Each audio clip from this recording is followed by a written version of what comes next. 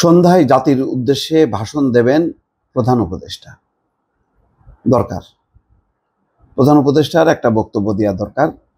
কেননা পানি অনেক দূর গড়িয়েছে, পদ্মা, মেঘনা, যমুনা হয়ে পানি বঙ্গোপসাগরে এসে পৌঁছেছে এবং বঙ্গোপসাগর থেকেও পানি কিন্তু অনেক দূর চলে যাচ্ছে, দেশের বাইরে চলে যাচ্ছে। তার আগেই ডক্টর মোহাম্মদ ইউনূসের একটা ঘোষণা দেওয়া উচিত। সাম্প্রতিক সময়ে অনেক রকম অস্থিরতা, অনেক রকম ক্ষমতার কেন্দ্র, ফ্রি স্টাইল একটা ভাব, ছাত্র থেকে শুরু করে বিভিন্ন মহলে পকেট পকেট নানান ক্ষমতার কেন্দ্র যখন হয় তখন আর নিয়ন্ত্রণ থাকে না। একটা সেন্ট্রাল যেই অবস্থা, সেই অবস্থাটা যেভাবেই হোক না কেন এটা গড়ে তোলা যায়নি। একটা অস্থায়ী সরকার, অন্তর্বর্তী সরকার, যে সরকার আজ আছে কাল নেই, সেই সরকারের পক্ষে নিয়ন্ত্রণ প্রতিষ্ঠা করা যায় না। এটা যদি একটা জাতীয় সরকার হয়, 5 বছরের জন্য জাতীয় সরকার, সেটা একটা সরকার। কিন্তু এরকম মানে একেবারে হযবরল অবস্থা। এবং এটার কারণ প্রধান উপদেষ্টা ডক্টর ইউনূসকে দোষ দিয়ে লাভ নেই। গত 15 বছরে যেই প্রশাসন রেখে গেছে, যে অর্থনীতি, সেটাকে সামাল দিয়ে সেটাকে নিজের নিয়ন্ত্রণে নিয়ে আসা এতদিন আমার কাছে তো ছিল না, ছিল একটা বন্য পশুর কাছে। এই প্রশাসন সহ গুরুত্বপূর্ণ সব প্রতিষ্ঠানগুলো এই বন্য পশুর কাছ থেকে আমি এইগুলিকে মুক্ত করে আনার পরে দেখা যাচ্ছে এগুলির আর প্রাণ নাই। মানে এরা অভ্যস্ত হয়ে গেছিল, বন্য পশু এদেরকে থাবা দেবে, কামড় দেবে, খাবে, এভাবে অদ্ভুত।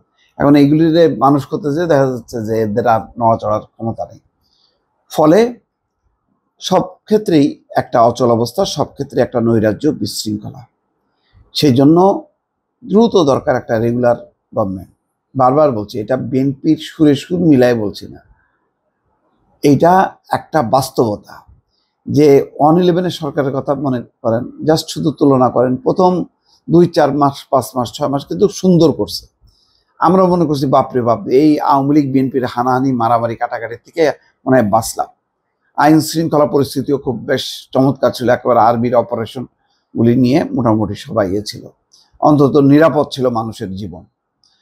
কিন্তু তারপরে কিন্তু যখন নাকি ওই তৎকালীন সামরিক কর্তারা দুর্নীতিতে জড়ায় গেল এবং তাদের ক্ষমতায় থাকার যখন নাকি খায়েশ জাগলো, ফেরদৌস করে শিখিয়ে দিয়ে ওই যে যখন নাকি দল করলো, বিভিন্ন জায়গায় জায়গায় আবার তারা অফিস করলো, ওই তৎপরতা শুরু করলো, আমিন বাড়ি, তখনই কিন্তু নিচের দিকে ডাউন হতে থাকলো। তার মানে ওই যে 111-এর অন্তর্বর্তী সরকার বা স্বল্পকালীন সরকারটা ভালো হয় না। রাজনৈতিক সরকারের দুর্বলতা থাকতে পারে, যাই থাকুক না কেন, তার একটা পুরো চেইন অফ কমান্ড থাকে, তার কাছে জবাবদিহিতা চাওয়া যায় যে তুমি রাজনৈতিক সরকার, ক্ষমতায় আছো, তোমার পার্লামেন্ট আছে, তুমি এটা করবা। এটা কিন্তু ইউনূস সাহেবের ঢাল নেই, তলোয়ার নেই, নিধিরাম সর্দার বলা যায়। কারণ তার প্রশাসন, পুলিশ টুলিশ কিচ্ছু নাই আসলে। উনি আছেন একটা ব্যক্তি, এখন এক ব্যক্তি দিয়ে তো হয় না। তো উনি তার চেয়ারকে অলঙ্কৃত করছেন, সারা বিশ্বের মানুষ তাকে শ্রদ্ধা সম্মান করে, সব ঠিক আছে। কিন্তু উনার তো মানে চতুর্দিকে হাত পা নেই। উনার কিছু পরিচিত লোকজন আছে চট্টগ্রামে ভিত্তিক, তাদেরকে নিয়ে নিয়ে ওই উপদেষ্টা বানাচ্ছে, কাউকে বিশেষ সহকারী। এগুলিতে হয় না, এসব হলো জোড়াতালি। দরকার একটা শক্তিশালী রাজনৈতিক সরকার। এবং এই মুহূর্তে আমাদের সামনে 2-3টে আছে। তার মধ্যে 1 নম্বর বিএনপি, 2 নম্বর জামাত, 3 নম্বরে মনে করেন যে বেশ পিছিয়ে আছে, যদিও নাগরিক পার্টি আছে, আরও কিছু প্রতিশ্রুতিশীল দল আছে, নাগরিক ঐক্য আছে, বাম ঘরানার রাজনৈতিক দলগুলো আছে এবি পার্টি, এরা। তো সবাইকে নিয়ে একটা জাতীয় সরকার গঠন করা দরকার। এবং বিএনপি যদি ক্ষমতা আসেও, আমি বলবো যে একটা জাতীয় সরকার ফরমেট করা দরকার। কারণ 15 বছর দুঃশাসন থেকে বেরোয় এসে একটা সবাইকে নিয়ে একটা রাজনৈতিক সরকার দরকার। তো যেটা প্রত্যাশা আমার, জানি না উনি কি বলবেন, উনি 26শে মার্চ উপলক্ষে স্বাধীনতার স্বপ্ন বাস্তবায়নের এই ধরনের কিছু কথা বলতে পারেন, আদর্শিক কিছু শব্দ চয়ন করে তিনি কথা বলতে পারেন, কিন্তু লাভ হবে না। সুনির্দিষ্ট করতে হবে যে যথেষ্ট হয়েছে সংস্কার কাজ। আমি একটা কমিটমেন্ট যে আমরা গণতন্ত্র বাস্তবায়ন করব, ফ্যাসিবাদী শাসন আর প্রতিষ্ঠা করব না, এই মর্মে আমাদের একটা অঙ্গীকারনামা সব রাজনৈতিক দলগুলো স্বাক্ষর করুক, আর নির্বাচনটা একটা নিরপেক্ষ একটা কমিশন গঠন করে দিক।